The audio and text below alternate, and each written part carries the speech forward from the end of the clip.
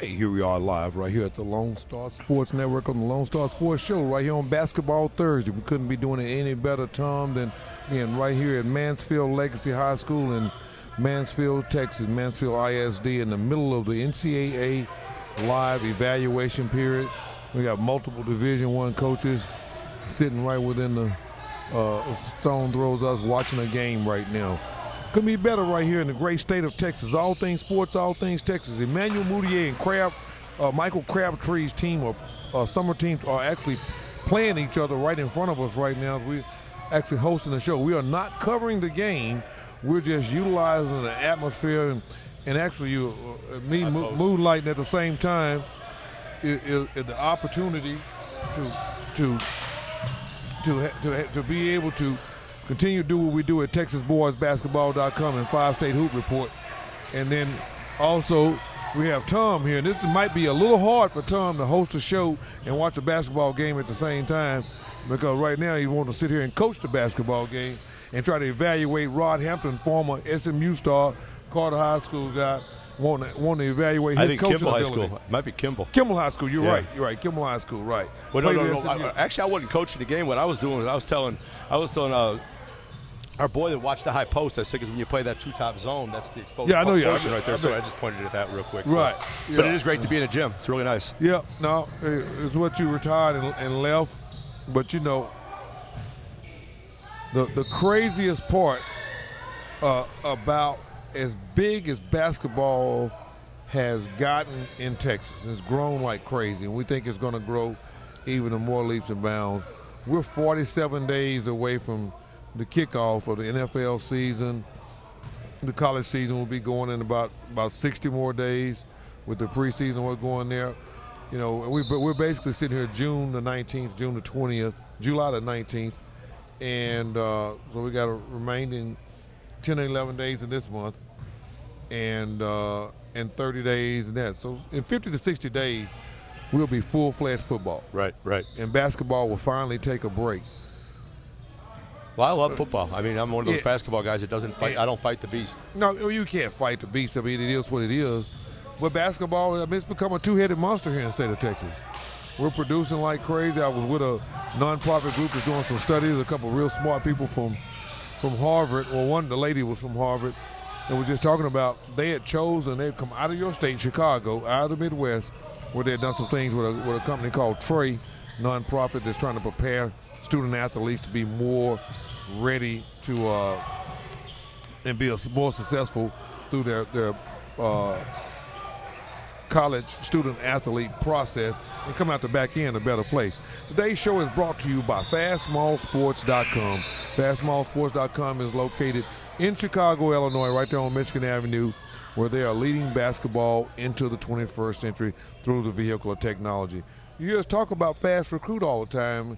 Well, right now, the guys in the sound of our voice right now, and like I said, a stone throw, a couple of rows away from us, many of them, especially on the higher Power 5 end, are actually utilizing Fast Recruit right now.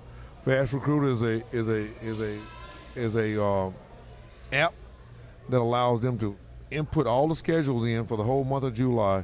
And then they know what's going on with all of their get their gypsy schedule organized, huh? Yeah, there you go. It is a gypsy schedule. Makes the gypsies look like like they're stable when they stay at home and eat dinner, right? Right. Yeah. Oh my goodness, these guys are always on the road. There's no doubt about it. But, you know, as we get ready, before we get ready to go to break, I guess the one thing that just catches me, and I mean, obviously I'm saturated with basketball with my day job right now, to be doing this right here live from my day job. Still, football is so big in Texas and so big in the country. Right now, it's a perfect time for all of the CTE and concussion people and football safe or not, and all the, you know, the protesters that says football should be outlawed. This is a perfect time for them to come out. So we were out here suffering this 114, 108, 107, Yeah, I mean, you just came in. How hot is it actually supposed to be? It's 108, and then my car showed 110. It usually runs about 2 degrees hot. So I think it's legitimately 108 right now, which I think might be a record. Yeah, I got 114 in my car, and one of my other buddies got 115 in his car. Well, I love Vegas, and I expect it to be 106 in freaking Vegas, but not in Dallas. Jesus Christ, man, come on. That is a different hot. But we could avoid talking about the weather, with as crazy as it is right now. But today's show is brought to you by Fast Small Sports. This particular segment is brought to you by Harlem Hotels. Take a look and listen and see how you can put your money where it sleeps. Harlem Hotels, located in Houston, Texas, in the Bayou City. We're live right here from Mansfield, Texas, at Mansfield Legacy High School, where the main floor is going on. It's hosted at roughly somewhere in the neighborhood of about 120, 130 Division I coaches right now. We got about 50 teams. We had 7 top 100 kids, 7 top 50 kids in the country playing in this tournament, with a host of other prospects involved. We'll be back in 180 seconds with more Lone Star Sports Show. Tom Emmett, Alan Branch, Lady Life, and the Prince Under Your Money. We're back for our one time. We're on the basketball schedule, but we came in to give you a little bit on Basketball Thursday. When we get done with today, we won't be back until August after vacation. We'll be full-fledged football. It's Basketball Thursday right now. Back in 180 seconds with more the Lone Star Sports Show.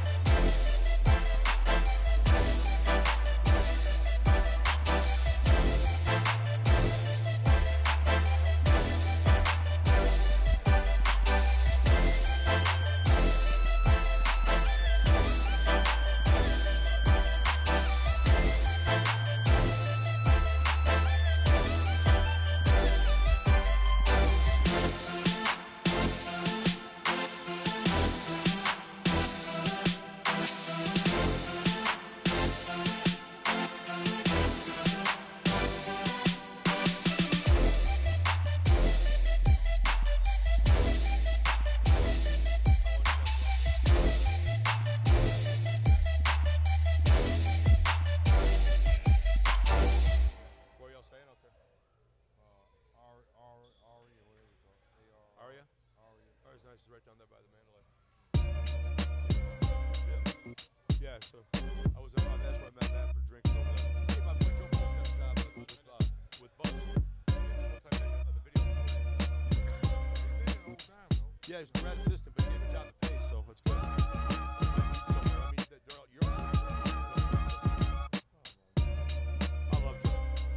I love him like my son, man. He's a good kid right there.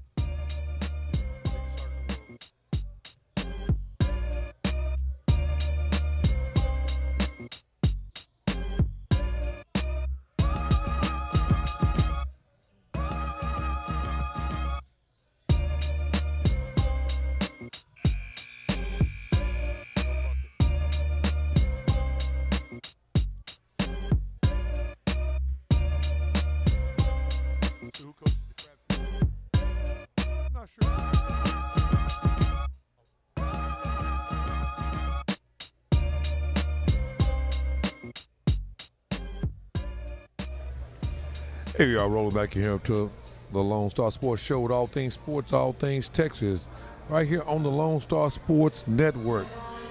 Lock in and get us on YouTube. We're live at Mansfield, Texas, at Mansfield Legacy High School. Tom Emmett and Alan Branch giving you the Lone Star Sports Show.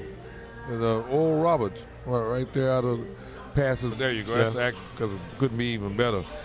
But now today's show is brought to you by Fast Small Sports. We're right here at the Lone Star Sports Network. You know, like I said, it is Basketball Thursday, but, you know, it's a perfect time for people to rant and rave about how safe football is. football is, in your opinion, in our voice, is football safer than it was 10 years ago? Well, I was just going to give you a chance to walk back your Donald Trump statement and say, is safer, is not safer. I mean, it's not safer. You can't play that game safely. You can't. There's no way. There's no way. Your brain is not attached to your skull, and no matter what you do, short of playing flag football, it's lending itself to concussions. And what people don't realize, it's not the kill shot. It's not like when James Harrison whacks a receiver across the middle. It's the offensive and defensive linemen go boom, boom, boom, boom, boom all day long. Like you end up like Mike Webster. Right, and there's some truth to that. But my question was, and I do agree, it's a violent sport. I look back and I wonder, how did I play that game? Sometimes I wonder, why did I play that game? But is the game safer now than it was 10 years, 15, 20 years ago? Well, I would say you probably have to, if you quantified it, and I'm not sure how you quantified it, I probably would have to begrudgingly say yes, because the rule changes that have basically happened always favor offense, and everyone's trying to change it, less contact, so it probably is safer than. You remember when, as recently as 10 years ago, they used to have that one, there was a string of hits, and it was the woo moments where everyone was just getting their brains scrambled. This is what I'm going to say, and once again, I played at a pretty high level. The equipment that these guys, the helmets that these guys are playing in now are way beyond the old Rod L helmet and the helmet that was right before. So if you start going 5, 10, 15, 20, 25 years ago, I mean, I think the lesser amount of concussions, yes, there have been rule changes like you're pointing out that have helped. But it's never going to change. It's a violent, impose your will. I knock the hell out of you. What are you going to do? You're going to hit him back? Right. That's the macho mindset of football. And I'm not belittling football for that macho, violent mindset. It just is. Well, it's not belittling. It is what the game is. I mean, the game was built on contact. You talked about the different helmets with the different, you could fit them better and you can put more cushion. But there was a really vivid scene from Concussion. I won't get, go too crazy, but there's a scene where he shook up an apple inside of like the kind of thing you put at the bank teller. Mm-hmm. And basically what the guy was saying to the person, and this guy had no horse in the race. He was just a doctor. And he said, the brain is not connected to the skull. And gradually the apple broke apart. And that always just vividly struck in my mind, because you can wrap it up in a better looking bow and you can make it look cooler and you can give it an air insert and all that other crap. And at the end of the day, head-to-head contact. Why are they outlawing headers in soccer now?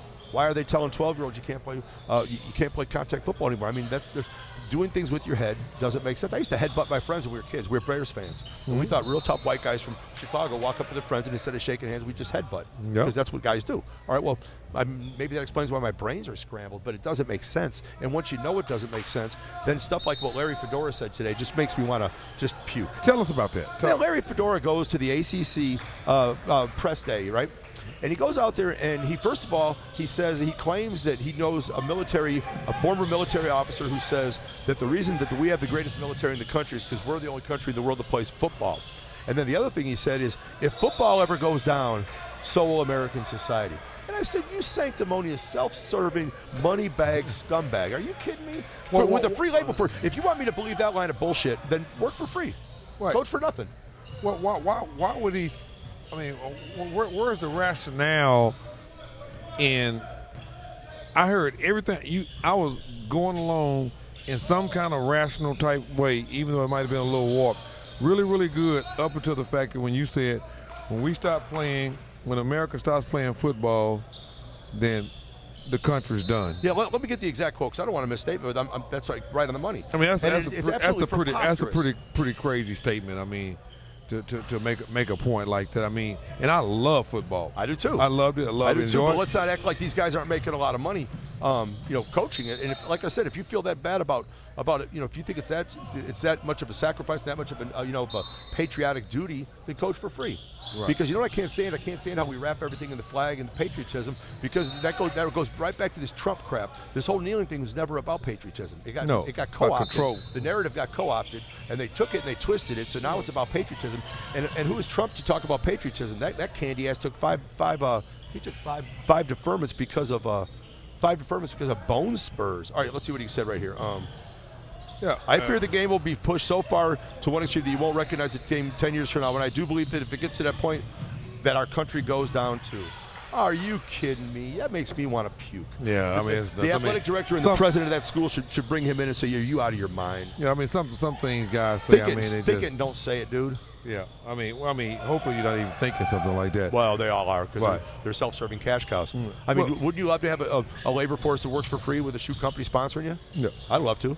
Well, and that's the truth of that. But right now, I just had to address it.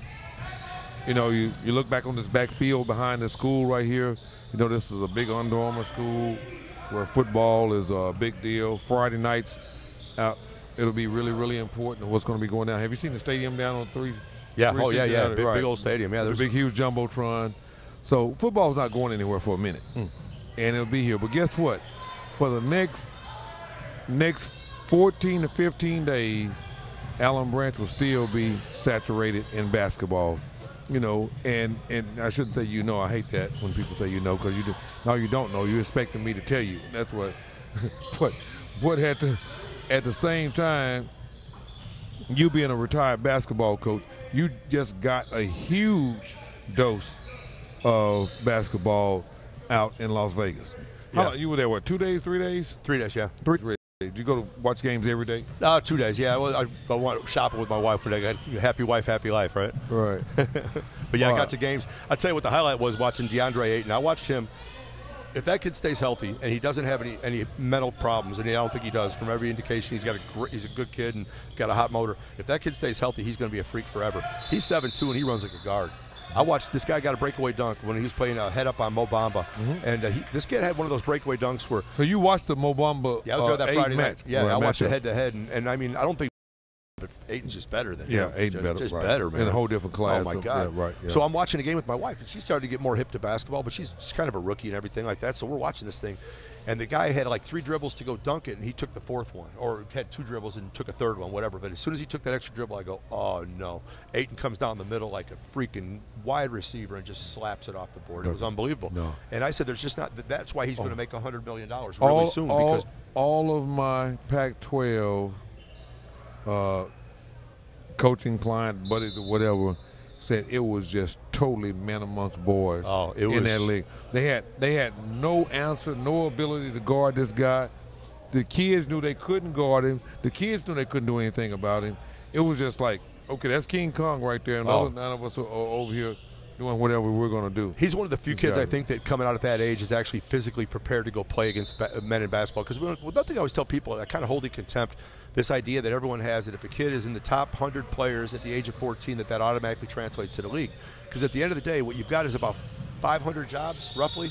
500 jobs in the NBA? 600, right. 600, okay. All right, you got 600 jobs worldwide. And at any given point in time, like here's a great debate point. When you look at a 15-man roster in the Summer League, what would you think? I'm sorry, 450 jobs. 450 jobs, okay, even worse. Okay, so 450 jobs, and that's worldwide. And probably 2/3 of those are locked down every year. So you're really playing for 150 available contracts against grown men who live in mansions, who have pissed-off wives, and kids who are going to private school. You think they're just going to let you walk in and take their stuff? Right. Come on, man, that's not going to happen. That's not going to happen. And you have the international influence that goes along with that, too. There's no doubt about it. Well, what about the influx of the Africans now? That's more pronounced even than the Europeans were 20 years ago. Because if you got skill level with that athleticism, you're really going to have something. Well, I mean, you got Australia. It's a global game. Sure is. I mean, I have to go. I mean, I think Adam Silver's done a great job of doing what he's done. But this is just a global game. We as much as we want to say we invented the game, we own the game. We don't. We're being competed with. I mean, we obviously are America, and that just is what it is. But at the end of the day, basketball is just a huge deal.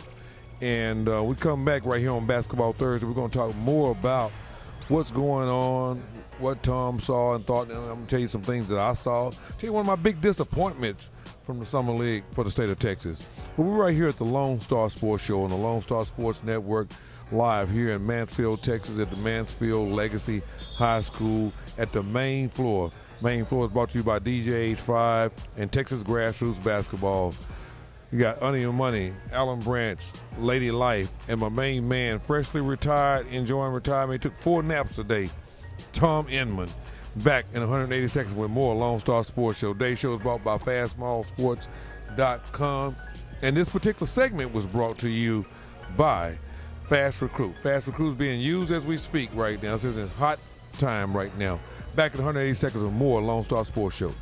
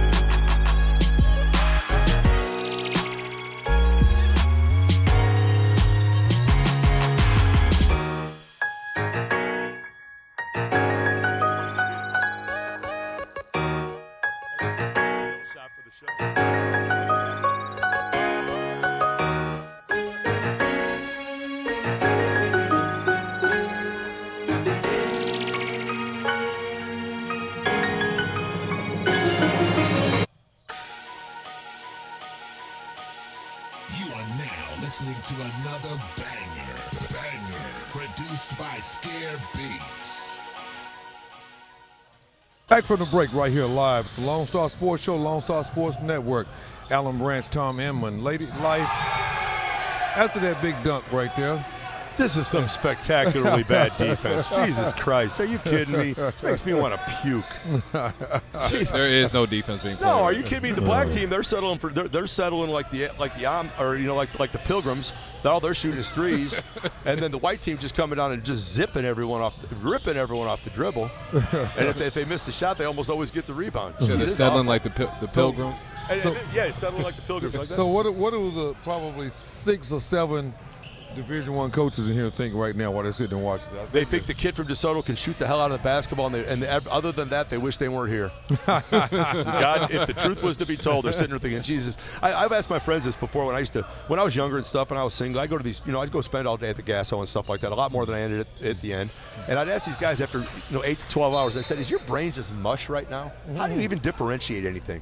And what most of them say in a moment of honesty? They say, all I'm doing is going to confirm what I kind of already suspect. Or if we're recruiting a kid, we just have to be seen so that we're not, negatively recruited by the teams that do show when we don't. That kind of crap. You know how it works. All of that goes along with it. That's all. It's just show up for the appearance's sake. And that's why at some point in time it's a difficult job, because your wife probably loves you. You're a college basketball coach, but it doesn't matter why you're never home. You're never home. It's a difficult job. Part of the process, Coach. That's all I can tell you. It's part of the process. Well, yeah, we get it in right here at Basketball Thursday. I guess you can hear the shoes squeaking and the balls bouncing and the coaches coaching and the guys talking on defense and not being played. I was going to say, what defense? Look at this. Yeah. At least he blocked a little bit the more dunk. defense there, huh? Well, he blocked the dunk, but he never should have got the dunk because he just ripped the dude off the dribble again. Yeah, with no help defense. No, nobody man. kept out the lane, nothing. No rotation, no talk. These guys are playing defense like the NBA, where the help line's on the other side of the lane, and they don't even know where the lane is. Are you kidding me? I love these people who think the pack line defense is some really high-end concept. The pack line defense says we don't deny the lanes. We just play all 4 guys in the paint beside whoever's guarding the ball. This ain't rocket science. Yeah, we're just going to not let anybody in the paint. Right, and we're going to make you beat us with jump shots. And I was talking to Ernie about that earlier. I'll let you shoot 30-footers all day long. I don't care how good you are. I don't care, because a challenge 3, you're not going to shoot it over 50%. You're not going to. Not challenged. Sounds like my man Tom Emmons has been on some analytics and is up on his numbers and stuff. Wow, throw that one away. Into the front row right there. Second row, actually. We're right here at the Lone Star Sports Show, all things sports, all things Texas. The most disappointing thing to me was, out of all of everything that went on in the Summer League, and I have my thoughts about what I think the Summer League has become, not necessarily negative, but quietly the Summer League is this. What you're looking at right now. It's nothing different than it's summer club ball that has been carried over. All 30 teams are required to go there. You got to realize 75 or 80% of those kids that were there have been going there since they were 12 or 13 years old. Well, yeah, exactly. Their parents follow them out there? AAU basketball now all the way to the pros. And here's an interesting question. Now, I detest that word AAU basketball. With a passion. Because it stands for all about you. It's all about you. Well, no, it doesn't even exist anymore. Grassroots. Grassroots club basketball are more appropriate terms. Actually, I met with a group the other day. I told them the same thing. They were giving me this big 32-page slide, and they had AAU basketball. I said, okay, before we get started right here, let me let y'all know something. AAU basketball doesn't even exist anymore. All right, I'll nuke that phrase. So grassroots. Right. Yeah. Okay. And I just got a pet peeve about it.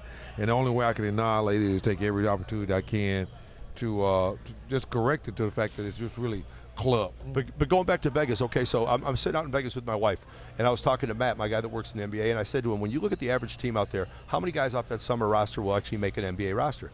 And he said a really bad team would have 5. The average team would probably have 3. And a really, really good team is probably going to have just the first-round guarantee and maybe one more. Maybe one more. Yeah. Right? So, and one of my observations at Summer League was watching all the divas out there that were with So let's do the math then. Right. Okay. 30 times 15 players, 450. So 150 guys. So 450 guys, and you're going to have 150 of those guys that were playing in Vegas got a legitimate chance. That's the middle ground. And probably 75 to 90 make a team. And we were just talking earlier about 450 contract players. All right, now 450 contract players, probably 2/3 of those guys have a locked-in contract. So really what you're playing for in the whole NBA, Summer League and preseason, is all for those 150 spots.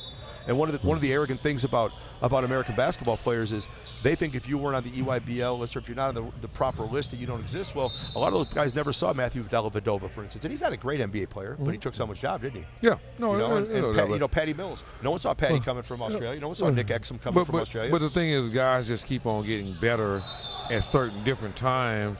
And that's one of the things I know we get kind of bouncing all over the place here, the true basketball conversation, I guess.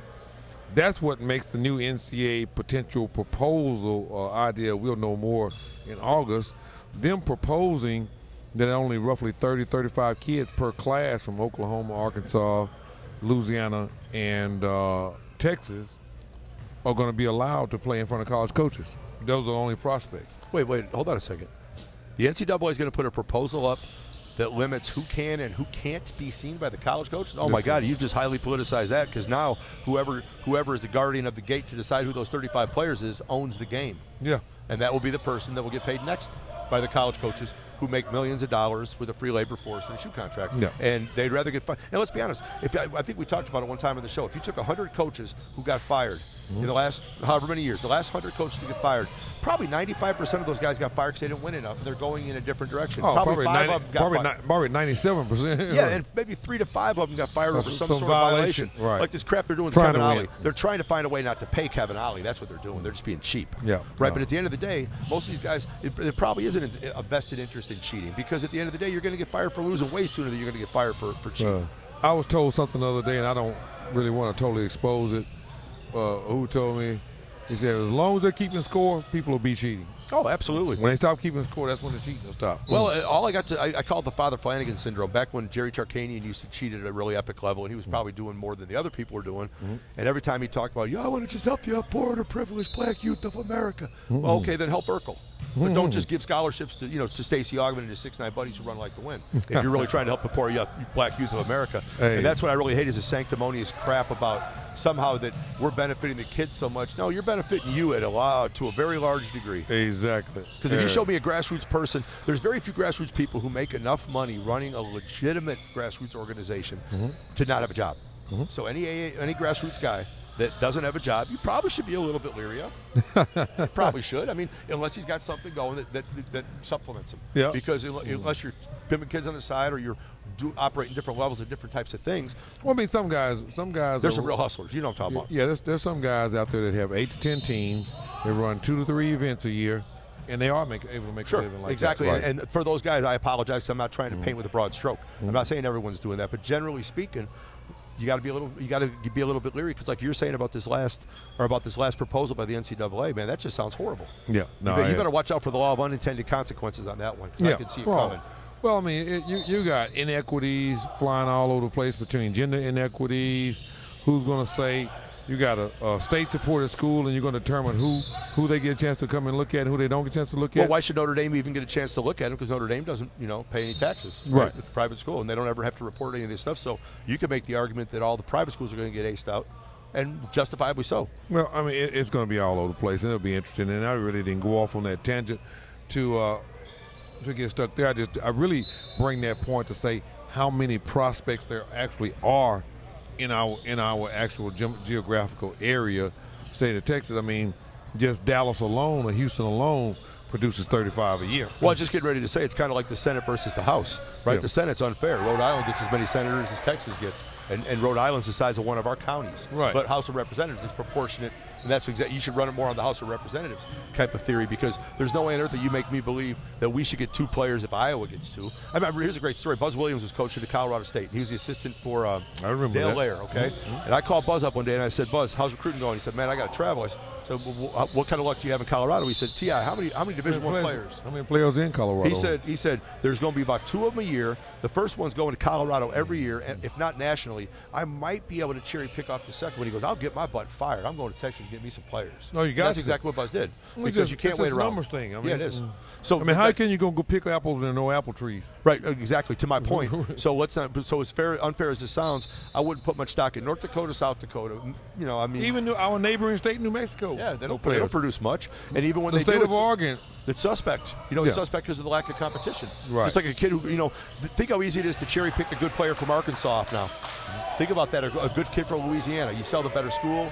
You sell the bigger time competition. You can always get a kid to leave Arkansas and Louisiana to come to Texas. Everyone knows that. No, I mean, and that's not every true. kid, but you can get some to come. Right. No, well, I mean, they're going to look at it let's see the land of opportunity is what they say. I mean, everything just moves up. I mean, look at the facilities here. Right. I mean, college. This is a small college gym. Every gym that I've coached in for the last 20 years is a small college. Small college gym. Right. I mean, honestly, we were doing the other day was we were making a list of the last time we were in a gym that had, I call them high school gyms, where both walls are like that one. Mm-hmm. Right. Where, 10 feet behind this brick wall. Even the half-ass gyms that we play at anymore have got the horseshoe on one end and the front on the other, like Grand Prairie. And I will take Grand Prairie as an example. That building was built 35 years ago. Somebody had a heck of a lot of vision to put a bowl type game facility like that. Well, and that was just the way. That's just the nature of Texas. I was listening when we first got started here on Wednesday when the period opened up. We had a huge turnout here last night. All the front row was who's who on the Big 12. All the Big 12 was represented here.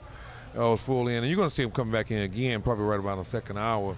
I'll look back at the schedule and see exactly who it is getting ready to play in this next game. But the one of the things I overheard one of the coaches say, one thing you can count on in Texas is that there are going to be some players in here, and these big, nice schools got the best air conditioners in the world. Yeah. So the air will be blowing as cold as it can possibly be, no matter how hot it is out here. Well, it's funny you say that, because I used to, whenever I go back to school every year, I'd always go back with hoodies, pullovers, and fleece. And everyone said, what the hell are you doing? I said, have you been in a gym in Texas recently? You freeze your butt off. Yeah. It's like the old joke about the coldest winter I ever spent was a summer in San Francisco. The coldest summer I ever spent was a summer in a gym in Texas. Well, they got one down in Florida we call the Milk House down there. It's even worse than that. You actually do need a coat in that place. But we're right here at the Lone Star Sports Show. We're going to take a break. We're going to come back with more Basketball Thursday and looking at things. This particular segment was brought to you by Texas Grassroots Basketball. Go take a look at TexasGrassrootsBasketball.org. We've been through our Lone Star Top 100 camp. We've been through the Lone Star Classic Showcase and Tournament. Now we're right here at the main floor live. Tom and him and Alan Branch, Lady Life, and the Prince Aniu Money. Today's show is brought to you by FastMallSports.com. We'll be back with more Basketball Thursday while we're live right here. Tell you about the lineup that's coming in here shortly during the remainder of the show. We have 2 minutes left to go in this game while we've got a situation where Moutier Elite, the basketball guys are beating the football guy. right now. Almost up by roughly, well, not quite 24. No, you're backwards on this one. Crabs up. Football guys beat the basketball guys. Oh, they have it backwards on top. Yeah.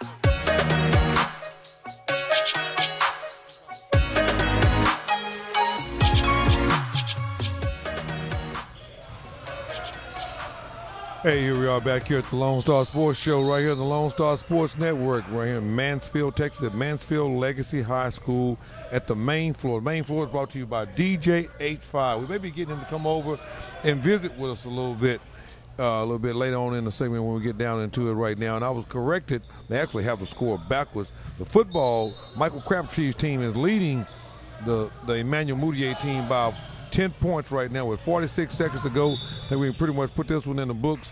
And I think we got a big one coming up here later. That's why you see more and more college coaches starting to show up. And I'm going to verify that for you guys here in just a little bit. Actually, they're just deep. They're good, solid games. We're going to go good prospects. Texas Pro from Houston and versus Texas Impact. You got a 6'10" kid that has about 5.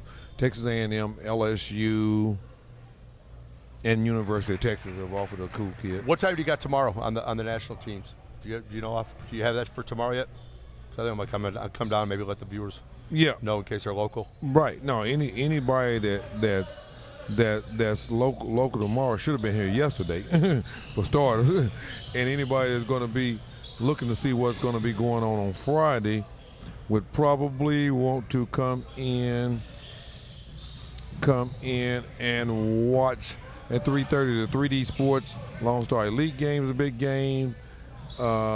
Now, one of the interesting things that they're doing at this deal is one of the things that was put together. I give Stacey Houston credit for it. It's designed not necessary for all the best teams to play the so-called best teams. There's a lot of design here that's put together, or is put together so that some of the no-name teams get a shot. In Vegas, there's going to be David gets a chance at Goliath. David gets a chance at Goliath. That is a good idea. And that's what a lot of this is here. It's been a lot of David and Goliath. And guess what? Dallas Showtime beat Drive Nation on yesterday, which was a big, huge win for their program. You never know how you match up against someone until you match up against them, and everything else is speculation until you do. Well, it's just such a sense of entitlement and where guys are right now that you really gotta take a look at it. Now I think this is probably Harrison Smith. Take a look at number 4. Let's see if Onion can get that looked up and let us know who number 4 is. I watched him already. I hadn't gotten around to putting the deal. That my main man is Lily right there. That's royalty in the Dallas Fort Worth Oak Cliff area. Number 4 for who? Number 4 Number with 4 down here in white. With Houston Defenders. So Houston Defenders here in the white, who we got in the gray? Yeah, this is the Twins right here. This is 3D Empire. 3D Empire, right? Where yeah. are they from? They're down local, Okay. up on the north end of town. Cool. Right. Yeah. But no, number 4 was really good. Earlier when I saw him, the scary part about it is my job to know who he is, and I don't even have a clue who he is. That's why you pay Honey the big money. Yeah. I gotta get it figured out, but it won't take long. I can get back in the typing mode on that and get back on top of my evaluations. I kind of been neglecting my evaluations. Rob Wright, Coach Rob Wright, is over at Gasso now and headed back over this way. He's been doing a great job. He's probably been the most productive of the Texas boys basketball.com staff today, and working around, beating the heat, going from gym to gym, and he's actually got stuff on paper. So, man, I'm looking forward to seeing Rob. You know, here's a funny story. When I first started, he told me all the stories. Go ahead. He was about Story Middle School over there in Oak Bow Cliff. Story. I know. When Ron Powell got hired under hostile court order, they forced him to hire a white guy. And I figured, well, you know, you can make a brother hire a white guy, but you don't have to help that white guy once he gets there. So I said to him, man, I'm going to walk down and just introduce myself blind to this guy. So I did. And ended up going down there, and Rob came over from Bow Story because he's real loyal to the kids and everything. And it was a good couple of years. And it kind of was weird because then I was always the white guy from Oak Cliff, and then I went to Plano. And after 19 years up there, everyone figured I'm some, you know, conservative Republican who grew up on a country club. And so then I came back to Arlington and back to Grand Prairie. So I got kind of dizzy on the cultural tour, man. But it's funny because Grand Prairie is kind of how I grew up. I grew up, you know, middle class at best. No. You know, just regular house in a regular neighborhood. That's the kid right there at the top of the key right there. And I need to can just really shoot it. Just turn down and walk across the free throw line. Yep, right there, squatting and doing stretching. Right there, standing right up under the goal right there. Yeah, shoots the piss out of it. Really shoot it. But no, we're here at the Lone Star Sports Show, the Lone Star Sports Network here in Mansfield, at the main floor. But here's one thing I've been saying there's something that I'm really disappointed about with the Summer League. Huh? It's not anything the Summer League did, but we all things sports, all things Texas here at the Lone Star Sports Show and Lone Star Sports Network. So we're really about Texas. I mean, it's obviously there. And you correct, and we're going to talk some more about, you know, who we're most impressed with. My most impressive Summer League player was not a Texas kid, you know, and not playing for a Texas program, Texas ball club franchise. Was not the Mavericks, not the Rockets. He's not playing for the Spurs. But Lonnie Walker was the only real standout. Now, one of my good buddies, Alvin Williamson, has taken a job and has told me the stories. He's there at Miami, and I'm not sure if they're coming back through. These guys are flying all over the place. You know, it'd have been really good. We would have the show here last night on Wednesday night. But Wednesday night is not show night. So that's why we didn't have the show here, because it was solid. It was really solid. Should have taken pictures and had pictures up for our viewers to see right now. But we still get a steady flow of coaches. But that's my best disappointing thing, is that all the impact players, and you were there some, did we have a Texas player, or did we have a player that was drafted by a Texas franchise, a Texas ball club, that was one of the more impressive guys? Well, Dallas took Doncic, and he didn't play at all, which I understand. He just finished the Euro Cup, you know, just recently in May. Okay. So I get rested him. Who went first round to San Antonio? Who did they pick up? I guess it was Lonnie Walker. Probably. Yeah, okay, Lonnie Walker. Mm-hmm. And then the first round to Houston was who went first round? Houston didn't have a first round. They didn't have a first round pick. Okay, they traded it away. Okay, so I mean, he's the only contributor. But you know what kind of concerned me a little bit was I started watching this class of 18 come outs, which were mostly high school kids in 12 to 13. And I mean, I'm trying not to sound like the grumpy old man, says don't walk on my lawn and turn the music down. But the game is kind of softened in the entitlement level. I've watched so many kids just get almost dismissive of how really hard it is to make it on a high level in basketball, and how much something as simple as motor and character. You know, I was just talking to Ani about this, but one of the things that if I ever got that job with Matt, the one thing I'm not doing is I'm not going to measure the measurables, because everyone can measure the measurables. Anyone with a tape measure can tell you that Mo Bamba's got a 7'5" wingspan. So what? Well, you measure the intangibles. You don't measure the measurables. Well, I mean, I thought one of the good good things, and I got a chance to watch him play some, and I think it could be a little bit of a transition. Was the Zaire Smith kid? And his old college coach was here yesterday, and we had some visiting time. Did you chance to watch him play while you were there? No, I didn't. I didn't see him, right. I've seen him on TV. I didn't see him live. Right. He's real athletic. He's real bouncy. You know, Right. he's Right. kind of player the league likes. And you did watch Mo Bamba head up against DeAndre Ayton. Sure and did. I thought that was a good deal. What was your overall take there?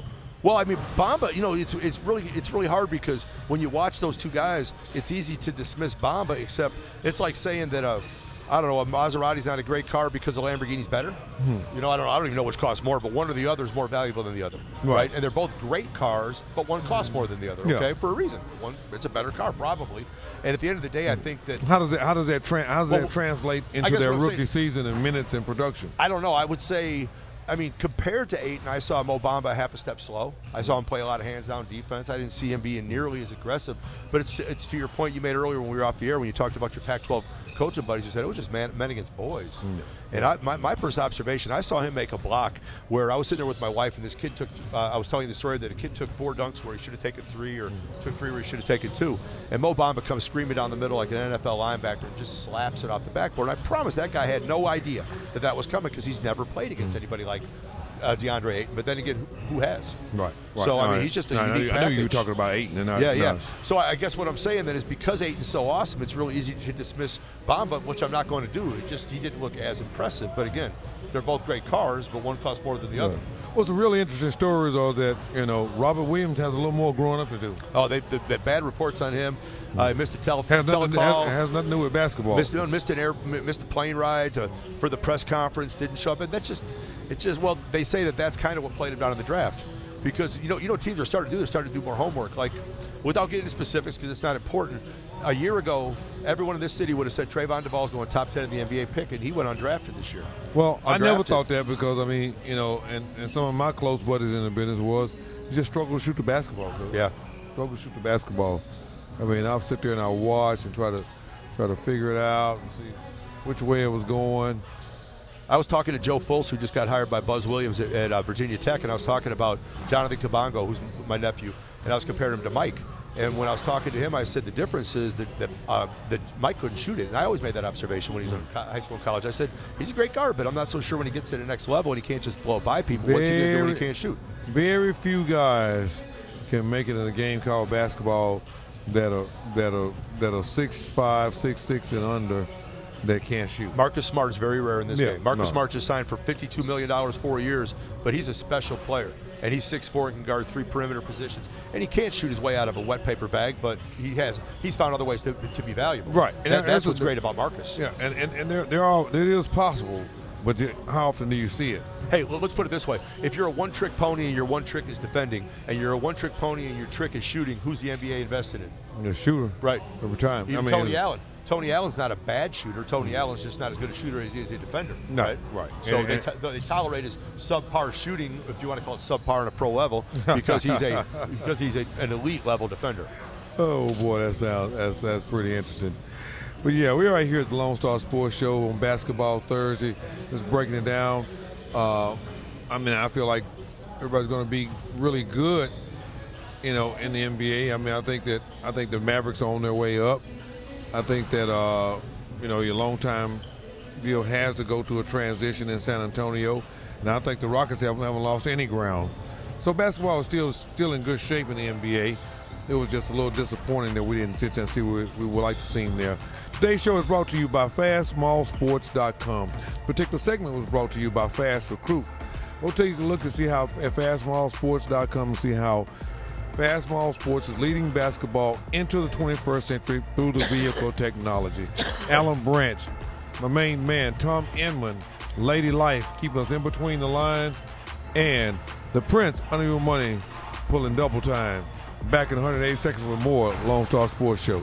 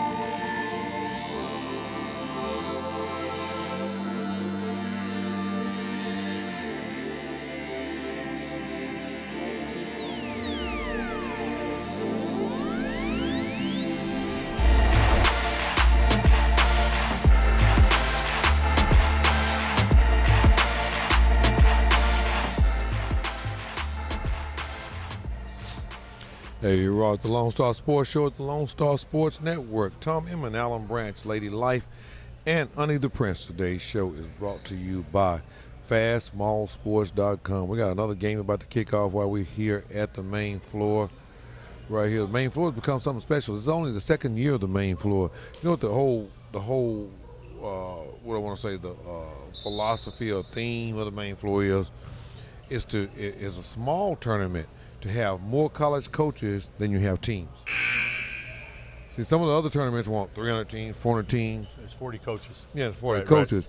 Here they want 150 coaches and only 36 teams. Hey, by the way, I got to bust your chops on this one, but you did realize that you just said we're about to kick off. You can't get the Texas out of you, can you? Can't get the Texas out of it. Kick off a basketball game. All right, here we go. To kick off a basketball game. How about that? But it's that time of the year when the like the birds fly south at a certain time. It's migration time. Migration time. Hey, I will say one thing though. Tip off just goes away. If you wanted to talk about one rule change, I don't know why I just thought about this, but you mentioned kickoff. If you really wanted, they say the most dangerous play in football is the kickoff return. That's right. You should eliminate it. That's right. Start at the 20. Just start because you know what a guy like Belichick started figuring out. I started watching, because Rex is playing for him, so I watch every week and I watch in real detail. And they pooch kick inside the 10. They intentionally tell the guy, don't drive it through the end zone. Yeah. Make him return it. Yeah. And man, that's just a train wreck waiting to happen. Well, it's just it's the most violent play in the most violent sport. When I played the game, the most of the broken legs that I saw came on kickoff. Yeah. It's just even from a young age. Well, they're talking about, starting them at the 20 or 25. And what I can't stand is when anybody who thinks about making any adjustments to the sacred sport is suddenly a candy ass because they don't want to have their kid die of a concussion. You know what I mean? That's awfully intellectually lazy. Well, to assume that if we change anything at all, the game is ruined. That's why I'm just infuriated at Larry Fedora. If I was the president at University of North Carolina, I would ream his ass tomorrow for making something that primal. That's a primal statement by a primate. It's just I hear what you're saying. Guys, what did I tell you about that kid? See him there? He shoot it? Yeah. Number 5, Anderson? Right. Where's he go to school? He's up on the north end. I need to tell you up there. He's up around Colony or something like that, maybe. Yeah. 2019 kid. He'll get coached well because Cleve Ryan's an old friend of mine, the coach at the Colony, who was an assistant for a long time under Tommy Thomas we were just talking about a second ago.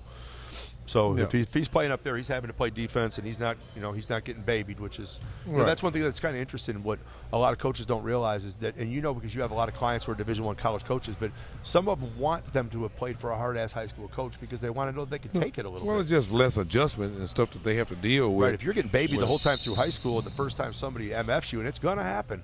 You should have seen – I asked John about playing – I had 2 kids who played for Coach Knight, right? And I said, y'all know what you're getting into, right? I said, he makes me look like I'm on sedatives. So you all better get ready for this.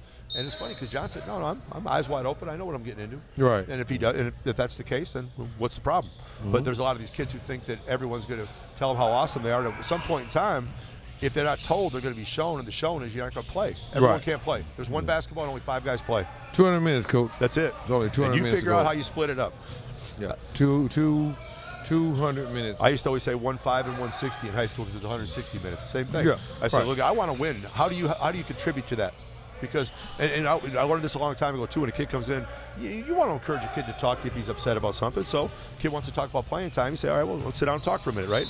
And when he asks about playing more, I say, okay, well, whose minutes do you get? Because it is a zero-sum game.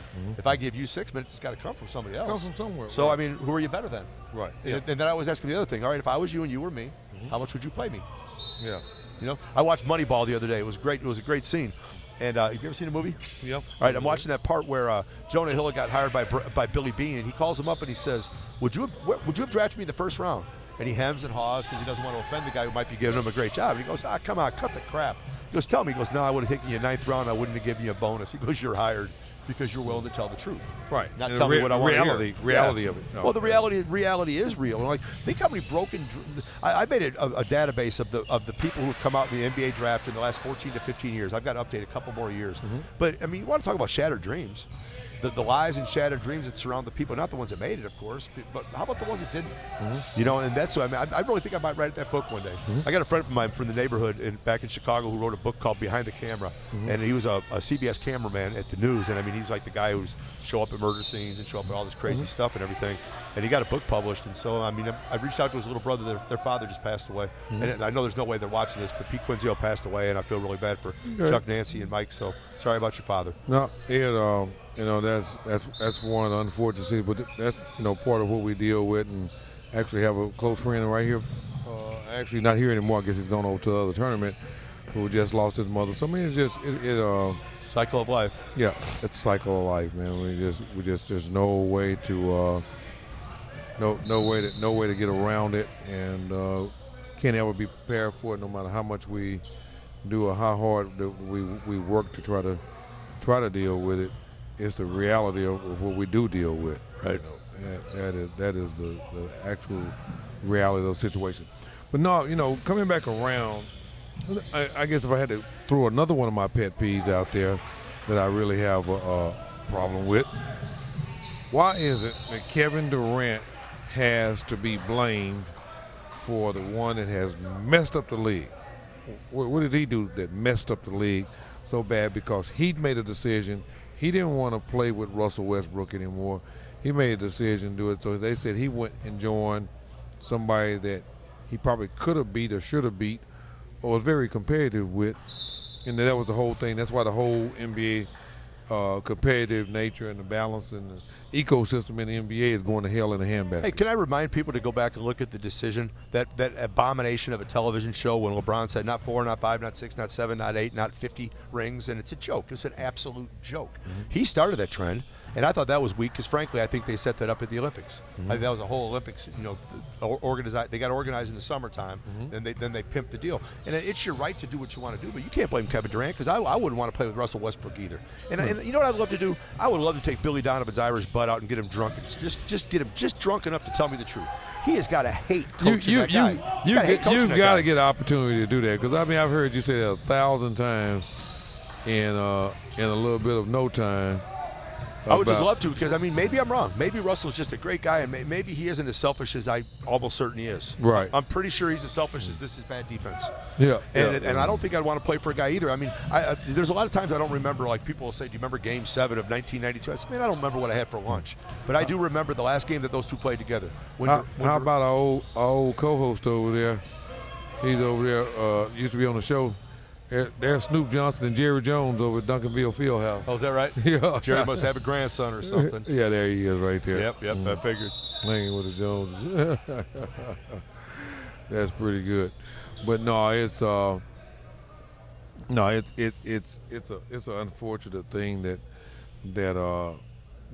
it would be thrown in that direction, blamed on him like that. I mean, I just think it's the culture that you're sitting in right here on this show breeds all of this stuff. It's egocentric. Yeah. It's everyone who has a smartphone is a broadcaster. Everyone's a video blogger. Yep. Everyone feels like they have to say every single thing that they feel. And you know what? You know, the world doesn't want to know what I think. The world's better for not knowing what I think. Right. My wife's happy that she doesn't know what I think. Right. And I just don't. I mean, I think it's the height of narcissism to think that you've got to take every single thing that you say or do and tell the whole world about it. Yeah. Not only that, it's unsafe. Not only unsafe, it's dangerous. I mean, get robbed because you tell everyone where you go on vacation, and be surprised when you come home and all your stuff's gone. I don't get it, man. And that goes back to what I was saying about the air of entitlement, because I saw so many kids out there. We were talking about a young man that I don't want to mention by name, a young man that went to the ACC school, that in 9th grade was going to league. And if you didn't believe it, just ask his mom. He's going to the league, and he's going to buy me a big house and a great car. Well, but there's like 500 other guys who all said the same thing, but there's only 450 jobs, and you're not even taking into account the foreigners. Like, see, that's one of the things about this book I'm going to write is I broke the list down into Americans and then foreigners. And what people don't realize is the rules aren't the same. Like when they draft a foreigner, he doesn't have to reapply the next year for the draft, so he's already in in the mix. shoe. Right. So Yeah. you don't know it because, of course, your agent's not going to tell you there's a bunch of good players over in Africa They're and China they're because already locked they're in, going right. to take your play. They're going to take your spot. He wants to bullshit you, get you to think that you're going first in the draft, and he doesn't care because in the event that you do, he has you. right, he's got you if he doesn't. And just like Rich Paul dumped my nephew Mike Kabongo on his butt the day he didn't make it, they never heard from Rich Paul again. And I'm not bad-mouthing Rich Paul. You don't call back people. But that's why anybody who's dumb enough to fall for this idea that they're special needs to understand you're not special. You're not special. Well, you possibly could be one of the special ones, but you're not an elite. Have a patent on special. You know, Well, nothing's forever. I mean, I hate to say it, but we both talked about that Moutier hasn't played particularly well in the NBA. I'm not so sure he ever worked hard. If he would have played for Larry Brown for 1 year at SMU, he would be a totally different player. And I don't think it's work ethic. I just think it's the fact that he does. He hasn't. He didn't get polished like he possibly would have. If you could have polished that stone one Right, more year, yeah. I think polish it up one more year. I think there's some polish that he missed out on when he didn't play. But there were a When lot the of time people come who the had an situation agenda. he came from. There's a lot of people who had an agenda with that kid. I was watching the movie The Departed the other day, and they use a phrase in there called Q Bono or Qui Bono. I don't know if you know that phrase. It's a Latin phrase for who benefits. Yeah. Who stands to benefit? Right. And that's a question that everyone in the basketball community should ask everybody who ever comes out and sells you a bunch of BS is, Qui Bono? Who benefits? And usually the answer is them, not you. And at the end of the day, if the player is as good as they say he is, it'll show over the course of time. But everyone's in such a big hurry to get to the league that half of them don't get there. They're trying to get to the money. Well, they're chasing the money, Tom. I mean, they're chasing the money. We just say whatever we want to say about it, but they're chasing the money. Well, what's funny is 10 years ago, an NBA player never would have said something about wanting to get traded because they were actually, I'm not going to say scared of the ownership, but they had a healthy respect for the ownership. And today I was hearing about one of the guards, Schroeder, who wanted to go to Milwaukee or the Pacers because they were contenders. So now what? You're now a grassroots kid who just flips teams on the weekend because Right. they're better? Well, half the rosters at this event are messed up because kids have switched teams after the rosters. And there ain't have been nothing you can published. do about it. No, there's not anything you can do about it. Right. Yeah. And it's absolutely ridiculous. Yeah. Well, when we come back, I want to talk a little bit about Wendell Carter Jr. from Duke. That was probably the most impressed guy I was with the whole Well, I show. love it. He's a bull. Big surprise. I'm happy about that. Yeah, Yeah, I saw him matched up with Ayton. That was a very interesting animal when we come back. He protects the rim more than I thought he could. Yeah. We're at the Lone Star Sports Show. We're getting right on down here on Basketball Thursday live here at Mansfield, Texas, at Mansfield Legacy High School at the main floor. Brought to you by DJ H5. Also complimentary and involved in the process, Texas Grassroots Basketball. Stacey Houston done a wonderful job leading the charge on the main floor. Back in 180 seconds with more Lone Star Sports Show.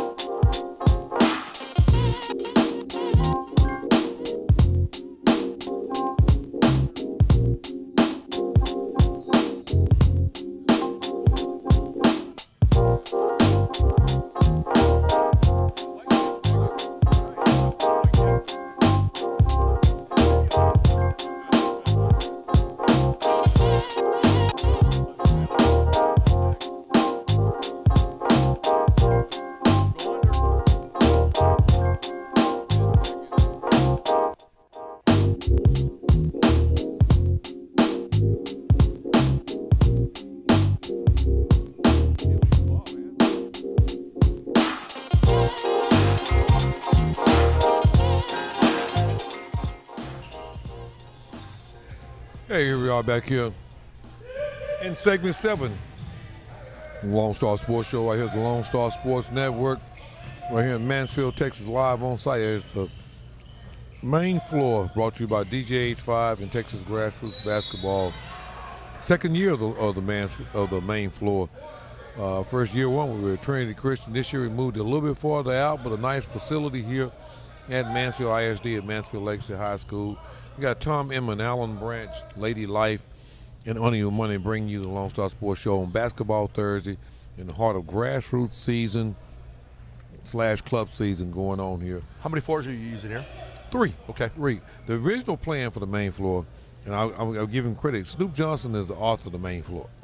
This was his idea.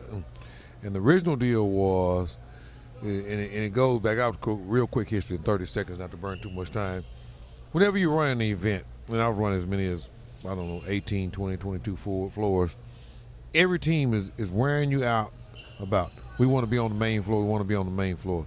Snoop Johnson said, why not let's just have an event that's going on the same time while another event is going on, the big event is going on, and we're only going to have one floor. Yeah, everyone plays on the main floor, right? Yeah, everyone plays on the main floor.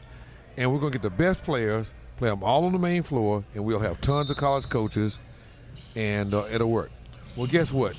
If you were here last night, you got a chance to see that in full effect. If you were here last year at Trinity Christian High School, you got a chance to see that in full effect. So it takes all the mixed out of it. It's the best playing against the best, which we know that grassroots club basketball has developmental levels, and there's a lot of money made. The tournaments are big, and people are there. So that's where the whole main floor concept came from. Got a quick question for Ani.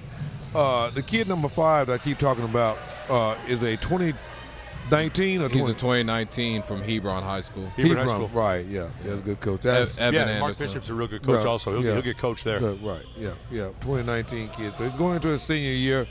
It's a weird thing about that kid. Jury's still out with me on that kid. That kid could end up growing and doing some different things, and it'll be interesting deal because he has a high IQ and he can really shoot the basketball. But he's real long. You look at him right now, and you can see a growth spurt in that kid. What is he, 6'4"? No. He's about 5'10", 11. Wait, number 5? 10, Is that little? Okay. Wow, yeah, 5 black. Right. Long arms. Mm-hmm. Well, he don't grown since. Now he has length, and he appears to be a 6'2", 6'3". Yeah, he's lanky looking, right. But I didn't realize how small he is. I should have known when I look at the other guys because they'd have to be 6'10". Right. Yeah. You're right. No, there's right. Not a kid on the court over 6'7". White kids are 6'6". There he is. There, head coach Grant McCassell walking by right now with his son out here getting some summer work done. Whole deal. Going into the second year as a head coach at University of North Texas, and we have 2 other courts that are going on here at the same time. But I still feel like LeBron is being let off the hook on this situation because he went to Golden State. I mean, what did those guys do when Bosh and Wade and LeBron and those guys all got together and went to Miami and seek a win it? Well, I just think they got a pass. And I think the other thing, too, is when Durant went, I think the people who are against Durant would say, well, he went to a more established team. So what? You're a free agent. You're free. Free means do what you want to do.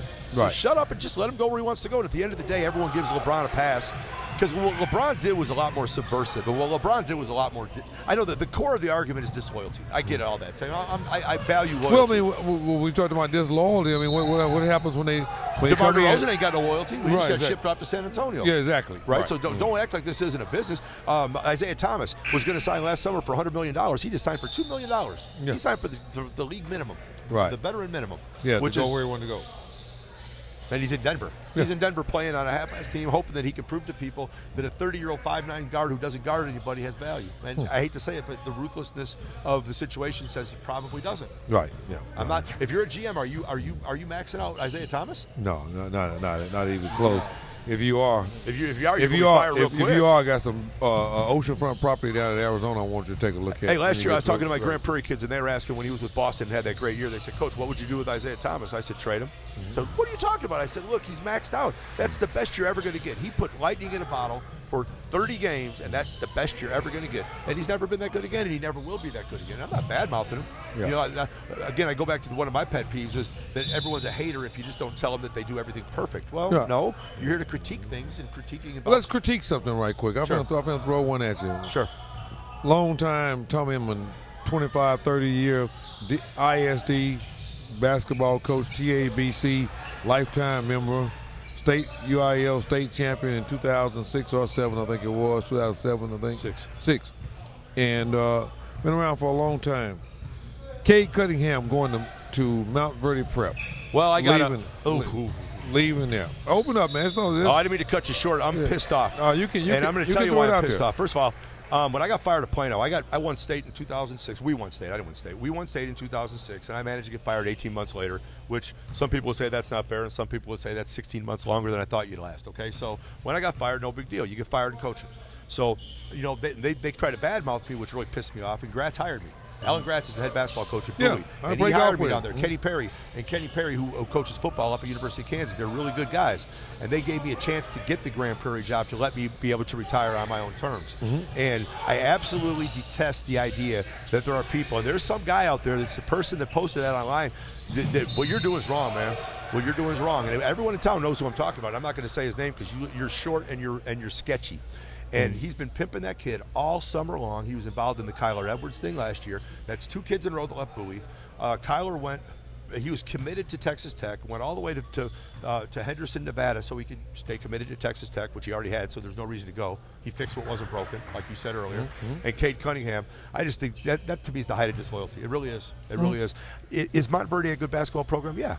But you're already a top 10 player in the nation. This kid's going to be a McDonald's All-American no matter where he plays. He go over and play at Grand Prairie High School for Baron Brown, my old assistant. And Grand Prairie's not as good a team as Bowie, but you know what? If he goes over to Grand Prairie, he's still going to be a McDonald's All-American. If Moutier had come to Grand Prairie High School, he was going to be a McDonald's All-American, right? That's correct. Right? And at the end of the day, I'm pissed off about it because, see, we were talking about that Cui Bono. I know who stands to benefit. It stands to benefit all these people who purport to be the big trainers and the agents and the advisors to the stars. Hey, who stands to benefit? And I really hope it works out for Cade. Do you think a precedence has been set? I have 2 things to say. We're the farm league. UIL basketball is the farm league for big-time players. Right. You know, do you think it's been set that now you see guys going and transferring and moving and doing what they need to do? You don't think the parents are looking at these situations saying, we think we can get a better situation, provide a better situation for our son? I'm going to draw a relatively marginally vulgar metaphor, okay, or analogy. If you all had a beautiful daughter who had an absolutely perfect body and she looked great in a sundress, would you let her travel around with a bunch of grown men in the summer? And of course you wouldn't let her travel around because you know what those grown men are wanting to do. Cui Bono. Who decides to benefit that guy when he gets you away from your mama and your daddy, okay? Well, so why are you willing to pimp your son? And the answer is money. It's greed. It's just greed. Because there's no way on earth, I don't have kids, but if I had a kid, my kid ain't going to live in Nevada his junior and senior year of high school. And I'm not bad-mouthing the Cunninghams. I'm just saying I'm not doing that. He's already going to leave when he goes to college. And everyone's in such a big hurry to advance to the next level. And I know the sales pitch when Kevin Boyle pitches it to him, the coach at Montverde. Hey, we're going to play a national level schedule. School won't get in the way of basketball. You'll be seen all the time. Well, you're seen anyway. At little old Bowie High School down there in South Arlington, somehow people notice that you're a top 10 player, top 11 player in America. Well, it came from what happened in the summertime. Yeah, exactly. So why does it matter where you play in the wintertime? In fact, it contradicts the entire statement by the hardcore grassroots people who badmouth high school basketball is you don't need it anyway. You can get it in the summer. Well, if you're going to get it in the summer, then you may as well stay in the high school you grew up in and go to school with your friends. Well, I'm gonna flip it back around to you, and I'm not here to try to justify one side or the other. I'm here to. My whole deal is I'm here to clear up or to bring some clarity to what these people are thinking. You got guys coming in that are around these EYBL circuits and stuff, all these high-level schools that are there doing what they do. These guys are letting them know that this number of guys that are here in this year's draft, this is what they did. They're putting statistics and saying this gives your son the opportunity to be seen as a more higher potential, more potential pro. We're putting him in an environment where he's competing at a higher level. That's what they're selling to him. Okay, so if Kyrie Irving had stayed at his original high school, would Kyrie Irving still have gone to Duke? I think yes. Well, it doesn't have anything to do with. First of all, but hold on. If they're selling the idea that you're supposed to use their past performance as an indicator of your son's future performance, then that is fair. No. Okay. I understand what you're saying. It makes a little sense. I mean, because you don't have the whole picture. I mean, I'm not being clear about it. What they're doing in changing high schools, what they're doing, has nothing to do with college. Absolutely zero to do with college. It has to do with how they're viewed by NBA scouts. See, this year at NBPA camp, Top 100 camp in Charlottesville, Virginia, was the first year they allowed all 30 schools, all 30 NBA teams to come in with their full-blown scouting staffs. Well, let me ask you a question. How did a kid like Harrison Barnes survive having to play in backwards-ass Ames, Iowa? Mm-hmm. He somehow He's an Ohio kid or Iowa kid? No, he's an Iowa kid from Pig's Knuckle, Iowa. Mm-hmm. So my point is, if playing high school basketball is such a kill shot to your career, then how did Harrison Barnes end up doing that? Well, I mean, and you can point out, it's not like I can find outliers. I got what you're saying. But what these guys are coming in and saying, let's look at the list of McDonald's All-Americans. Let's look at the top. All the lottery picks. Oh, I would say that, it becomes a self-fulfilling prophecy because, we used to always argue about this. I didn't understand what your point was. 20 years ago, someone made a point to me I never thought about. They said, have you ever noticed that they never announced the McDonald's, at that point in time, they didn't announce the McDonald's All-American team until the kids had all verbally committed. Mm-hmm. So the point was, if you and I were twin brothers with exactly the same skill set, you verbal to North Carolina and I verbal to Texas Southern, you're going to the McDonald's game and I'm not. We're the same player, though. Right. So from that perspective, I get what you're saying, because as soon as you say Montverde, Findlay, Huntington Prep, and all those places, but on the other hand, those are professional basketball teams. College is pro already. Yeah. They're already with college. And they're high schools. And that's where the rationale come back. We come back, we're going to chop this up, talk as we go to halftime right now, where 3D Empire is leading the Houston, what do we have? Houston Defenders right there, yeah. Are leading the Houston Defenders right now, 36-32. They've been known as giant killers all summer long right now. But Lone Star Sports Show right here on the Lone Star Sports Network. This particular segment is brought to you by Heart of Hotels. Heart of Hotels, put your money where you sleep. Go take a look at heartofhotels.com and you can learn about the investment and development company located in Houston, Texas, that's taking things to the next level. Back in 108 seconds with more Lone Star Sports Show live right here. Tom Inman, Alan Branch, Lady Life, and Ani the Prince. Who money?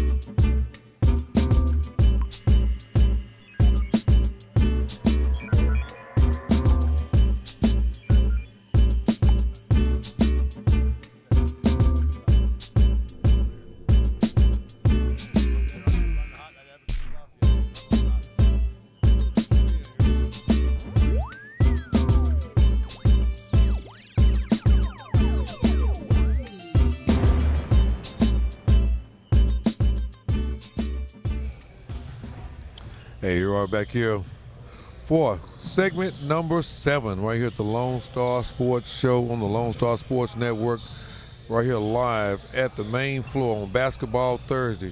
We're obviously on basketball schedule right now. We got this one show for the month. We won't be back until after vacation. We come back, we'll be diving into straight into football season. But right now, it is Basketball Thursday at its finest. We come back, you'll get a little bit of the recap of the club season at the end of the year. We'll be going into high school and college football, Big 12, what's going on in the state of Texas and what programs are looking like. So y'all hang in there. But right now we are looking at a one-possession game, 2-point ball game between the 3D Empire and the Houston Defenders. Houston Defenders are the Twins. The Harrison Twins that played at Kentucky. Right. That's the affiliation. That's where that program came in. That program was not really their program. Well, it's the program they were born, but it was the program their father started when he was coaching and raising them up. That's where that came from. And it turned into a big unnormal program. This game is getting really scrappy. Like I was saying as we're going to break, the little 3D Empire team has beat a lot of really, really good teams this year. You know, and kind of one of those situations where they make an extra pass. They're really, really got a lot of guys that shoot the ball well, fundamentally sound.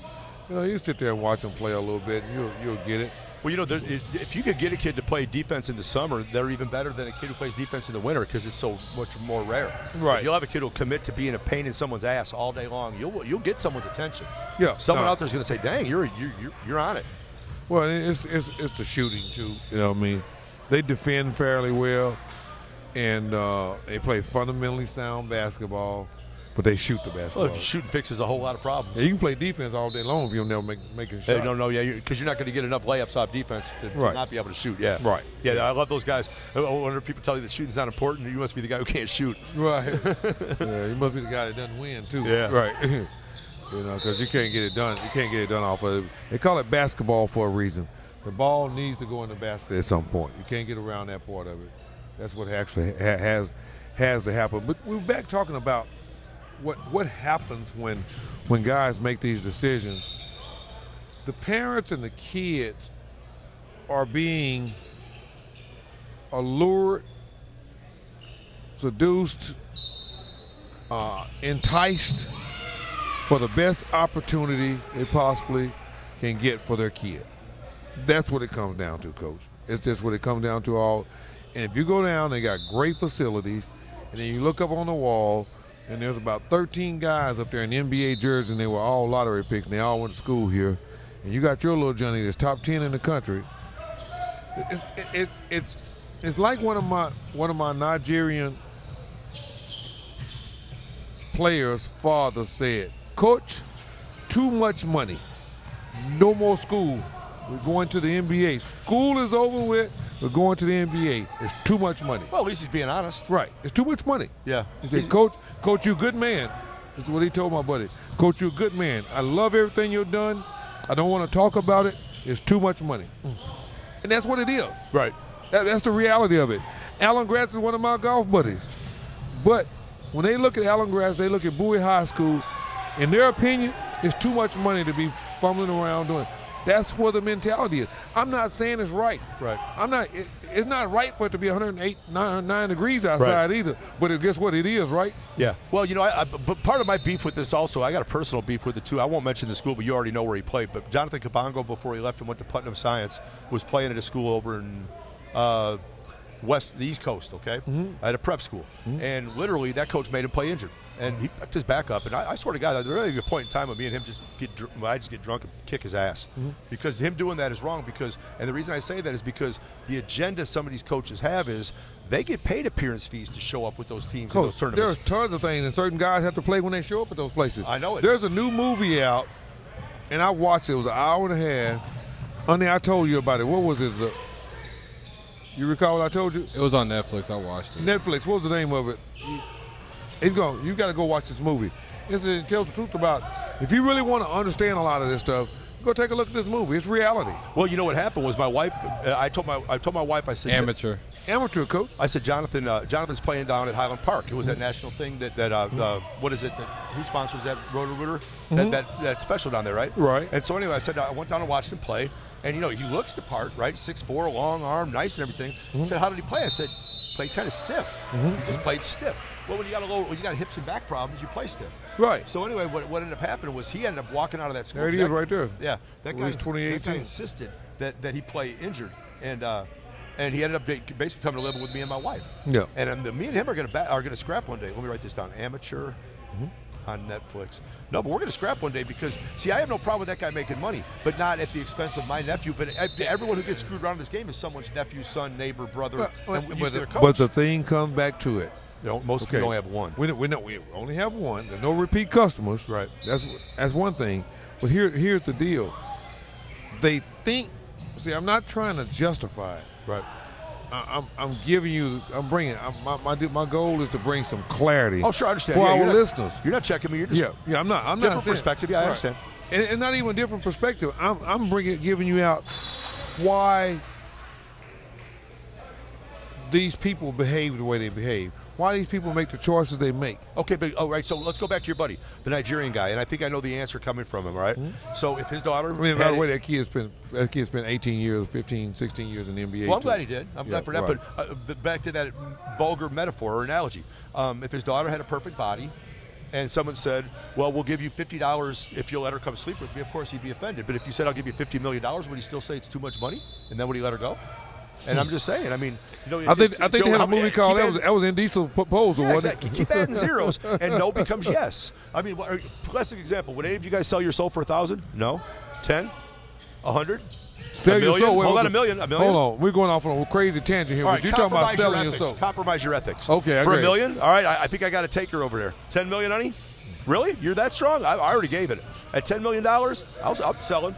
Yeah. I'll buy it back in hell. I'll buy it back in hell. Okay. Let's come back around. let's come back around here now.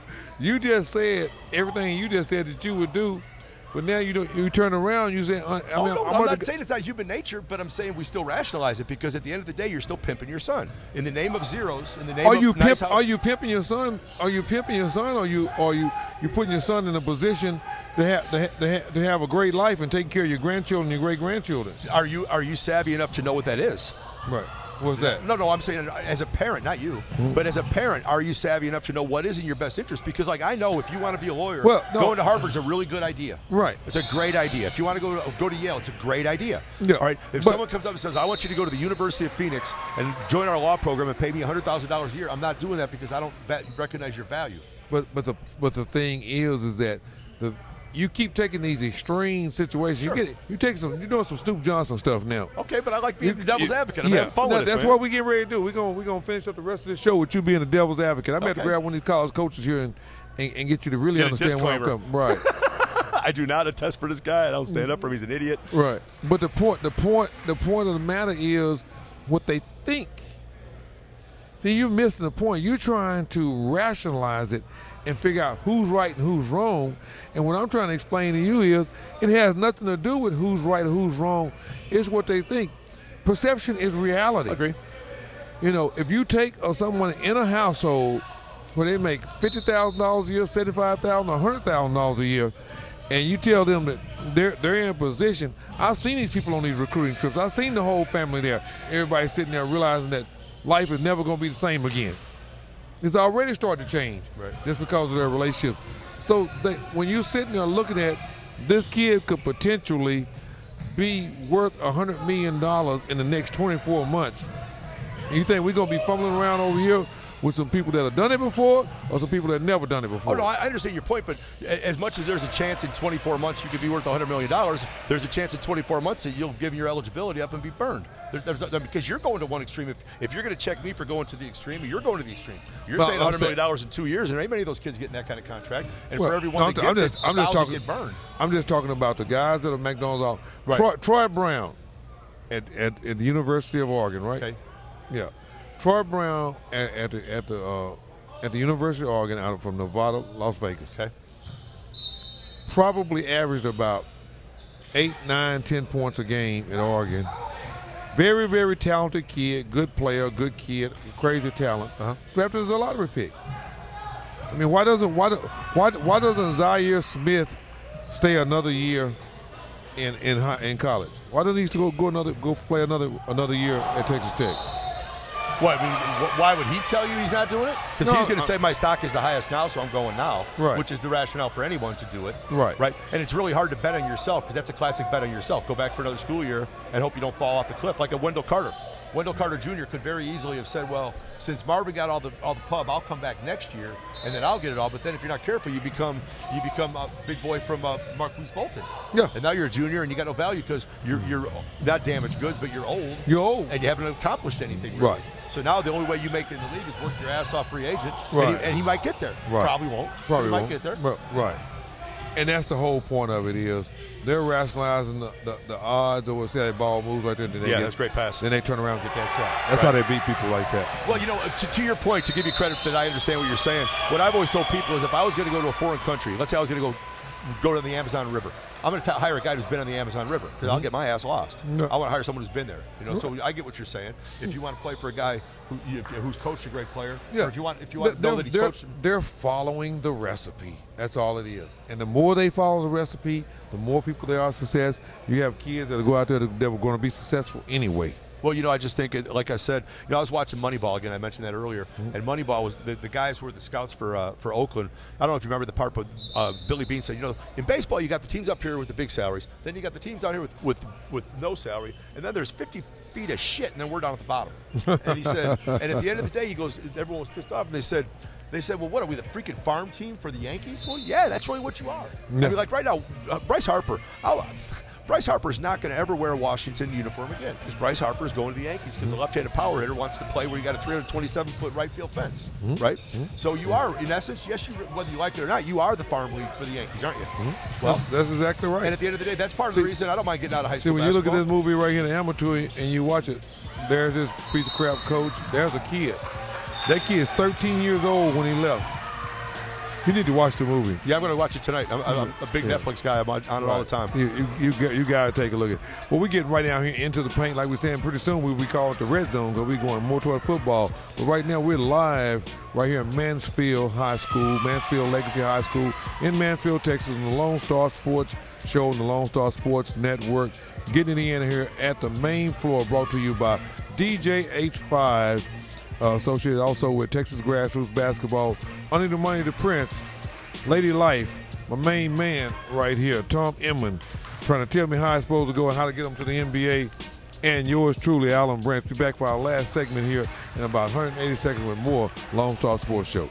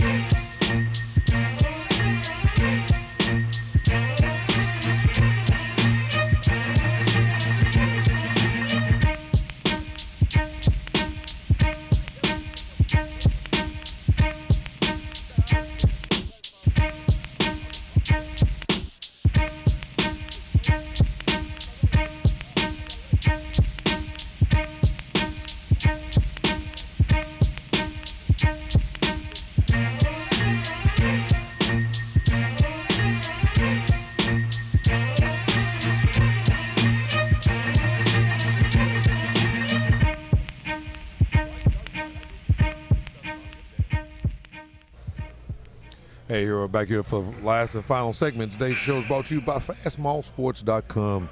This particular segment was brought to you by Texas Grassroots Basketball. Cream of the Crop will be coming up August the 18th through the 19th. Right there's our introductory deal that we do every year. Right when the kids go back to school, it's the Rising Kids, a long list of college players that have come through the Cream of the Crop. Right now is getting very lengthy and very prestigious here in the state of Texas. We have kids that also come outside of the state of Texas in the regional area, being Arkansas, Louisiana, and Oklahoma. We're right here at the Lonestar Sports Show with Tom Inman and Alan Branch giving it to you. We're down in our final segment. Yeah, it is Basketball Thursday. We're right here live at the main floor. Talking about a very interesting topic. Why do kids take off and leave their traditional high schools to go to the, what would you call them? Quasi-pros. Yeah, the larger national high schools. Yeah, the national preps, if you will. There's a group. And we use the word prep all the time. What does prep mean to you all? Prep used to mean, Joseph Fultz, my guy at Virginia Tech, actually went to Massanutten Military Academy out in Virginia. But he had to get up at 6 in the morning and do push-ups and had to wear a military uniform. He hated it. He absolutely detested it. But he was at a military school, though. Prep school. That's what my interpretation of prep school was always the 5th year, where you didn't start your college. Yeah, so now every time a guy goes to a non-traditional school, they call it prep. They call it, here in Texas. We can really slaughter some stuff with the terminology and stuff like that right there. And actually, they're just going to another high school. Well, they use prep too much. They use the word elite too much. I mean, everything's elite. Those are 2 words now. I will agree with you. Now, we give you a pat on the back. Those are 2 overused, misused. People have really no real idea of the real true definition of those words, and that's elite. Hey, in 2019, can we do something about the elite? And can we do something about the prep? You should have to earn it. Like, you have to do something to actually be elite. But it's a marketing term. Oh, no. Well, but every parent wants to think their son's, the little Johnny's the best player in the nation. And what they do is they pander to your ego and your narcissism. And it's understandable. I'm not mocking anyone who falls for it, but they're falling for something because they're getting sold a line of BS. I'm mocking them because it's hilarious to me, you know. All right, I'm mocking him too. I'm just trying to be polite. Yeah. I agree. You're an idiot if you think that everything that glistens, or everything glitters is gold. Right. Yeah. You know, and just because you think if every team is elite, so every elite team everybody should get a scholarship. Huh? Well, the Elite Youth Basketball League, if you play the EYBL, then you must be special. And see, that's when you told me that frightening proposition the NCAA is coming up with. In reality, what they're doing is saying the EYBL will be the only evaluative league. So now, if you're one of those, you're elite by definition. Well, maybe not. Maybe your summer league coach is sleeping with the lady from Nike. Who knows? I mean, who knows why you're on that team? It'll be tons of deals. You haven't even heard the end of that story. I don't even want to spend any time even trying to explain it and talk about it. It's crazy. It's crazy. Another one of David and Goliath type situations going on right before our eyes. This is probably about their 4th or 5th David and Goliath Island, isn't it? But, you know, I still like the idea, though, because one of the things like a kid from a small school or a small state or something will always get discredited for is, well, you never taken on great competition, so I'm not sure how you respond. So you and Snoop's idea of doing it this way is a good counter to that. Yeah. Chance to go punch Goliath in the mouth and see if you can take it from David. Yep. Here it is right here. Now the defenders are Goliath, right? Goliath, right? And Empire. And Empire. And some of the stature of the program. One program is sponsored and gets $150,000 a year from one. Oh, by the way, let's talk about another pet peeve. Have to raise their money. Grassroots pet peeve. Every team that gets discounts on Nike, Under Armour, or Adidas gear is not a sponsored team. I can call it. I'm retired, and I can call any dealer in this town and get 40% off retail right away because they're my friends. It doesn't mean diddly shit. And when I was getting a deal with Nike, people would say, like, in fact, I had to explain it to one of the reps one time. I said, no, he said, what are you going to do for shoes? And I said, well, they give me 30 pairs of shoes. And he said, what do you mean? I said, they give it to you. He said, this guy said, no, they give it to me. That's a big difference. And I'm not bragging on that, but I was very fortunate because it really helped me a lot over those 13 years. But when you watch these teams, if all you're doing is getting a discount to be a free advertisement for Nike, then you're not a sponsored team. Well, the sponsor means they pay for everything. The Goliath here is the Houston Defenders. Right. And they are sponsored. Right, exactly. Yeah. Now, in that case, and that's fine. I would roughly estimate that during the time that Under Armour was waiting for the twins to happen and then go through that process. Harrison twins that went to Kentucky and went on, and one is doing quite well in the NBA, and the other one kind of vacillates around. I would venture to say Under Armour probably spent $750,000 on that deal because that was just a part of the deal. Well, they had to sink some seed money in because the only way that they could attack. Well, they ended up taking a Nike contract anyway. Oh, really? That didn't work out really good. Well, that's the worst thing is a lot of times these upstart shoe companies just get played as leverage against Nike. You know, and Under Armour was a little green at that time, but since then it's just you want to know how things work.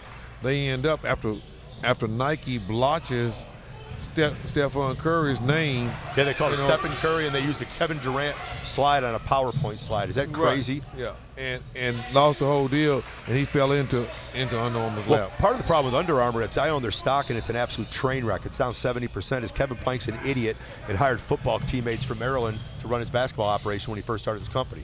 And I understand that's changing, but I mean, I bought Under Armour $70 a share. It's trading for $20. It's a dog with fleas and a leash. It's awful, and it's because he hired football guys to approximate basketball, and you can't do that. There is a little bit of truth to that, and the deal is they were making so much money in football and baseball that they didn't care. They didn't care about the basketball. Well, John Robertson played at Texas Tech, and they had a deal out there where they could wear whatever shoe they wanted for several years, and Under Armour was giving them uniforms, and they said, okay, by the third year, you have to decide to go all the way with us, including shoes or not. But that's what Mike Singletary played with them. Singletary played with them also. Singletary, right, from Kingwood High School, yeah.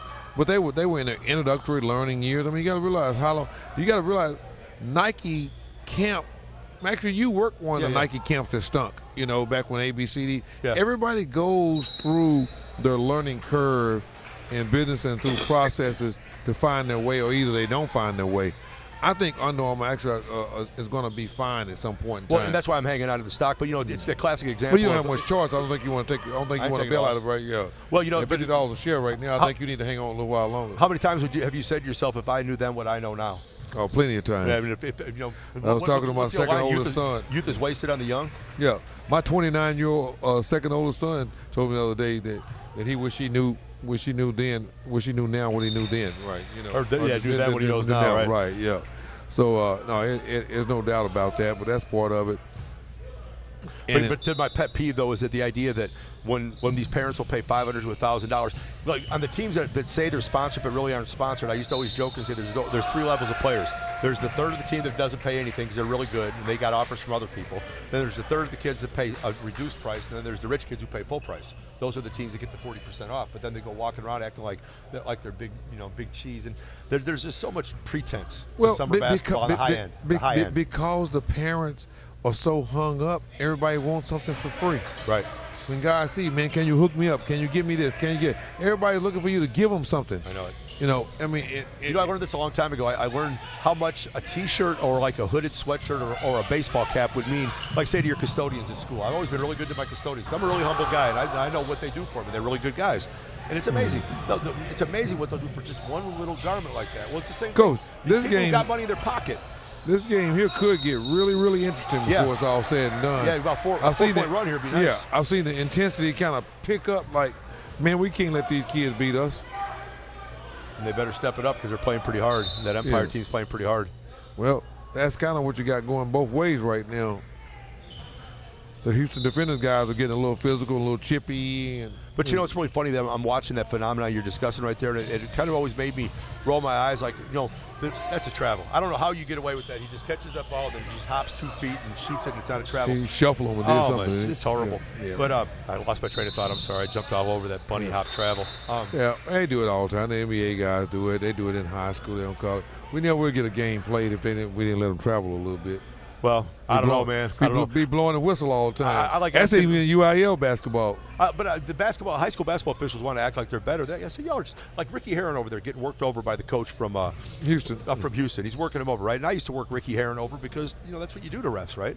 And at the end of the day, I'd ask him before a game. I'd set him up. I said, all right, if a guy's got a basketball, moves both feet without dribbling, what is it? And they'd say a travel. I said, why the F don't you all call it? I almost did it. Why the F don't you all call it? Because if you catch it and then hop and shoot, you're moving both feet. I got one thing to tell you about referees, and I know I've said besides this. Besides, there's only two groups: the group that suck and the group that are dead. I'm sorry. Go ahead. No, referees get paid by the game and not by the hour.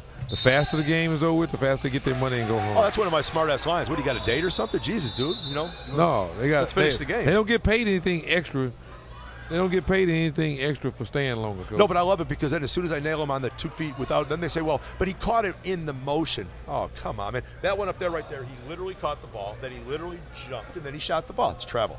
And then these refs put up with it because the NBA does. It was a travel. And they're never going to call it all night. And then they've dumbed down this game so bad. These guys are calling their 4th game for the day probably. So that's their problem, not mine. No. If So you don't like your job, do something else. They want their $150 and they're ready to go home. Right. No, I don't disagree with you, but I got a real issue with officials because they hold grudges. Yeah. I know that. Right. Well, they hold grudges. They talk stuff about me from 1988 to last month. I got 3 things to say about players, coaches, and officials. Yeah, I haven't found a perfect one yet. No, I agree.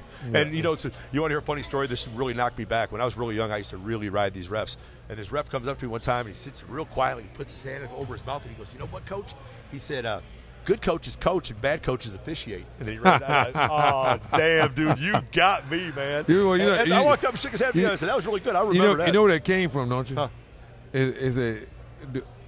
The good people, the talented people do it, and those that can't teach. Well, I guess I did the wrong thing.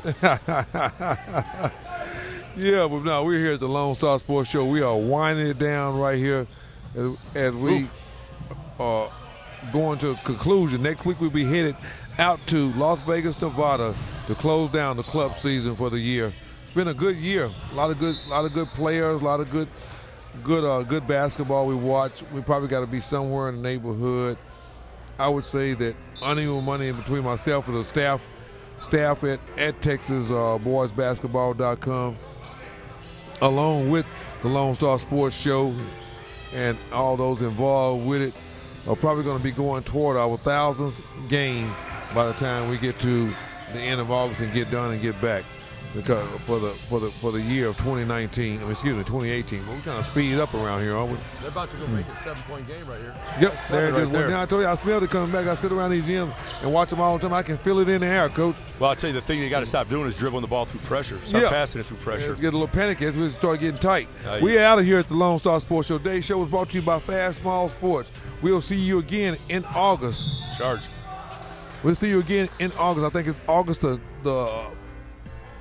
9th is the next time we'll be back from the Lone Star Sports Show right here on the Lone Star Sports Network. When we come back, we'll be reaching out on YouTube. We'll be reaching out on Periscope, and we'll be out on Facebook Live again. So we have a whole nother platform. You enjoy the rest of your hot summer, your vacation. Get ready to get the kids back to school. Enjoy your time. Tom Inman on vacation all the time now as he's retired.